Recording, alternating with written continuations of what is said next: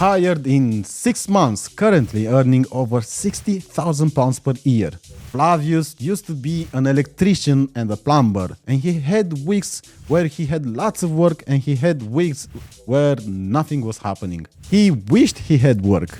I offered to help him to learn how to build websites, as I know for a professional gamer, for somebody who spends lots of time with computers and takes them apart and puts them back, for somebody with that level, it's super, ultra, mega, giga, ultra simple to start the journey to become a web developer. And that's how we started. Every single time I would go to South Memes, to the supercharger, to charge my car, I would also pay a visit to Flavius to check on his progress and probably give him some more work to do. After 3 months of visits, Flavius started the get hired and the pre-interview process, and 3 months more, he got his first job as web developer.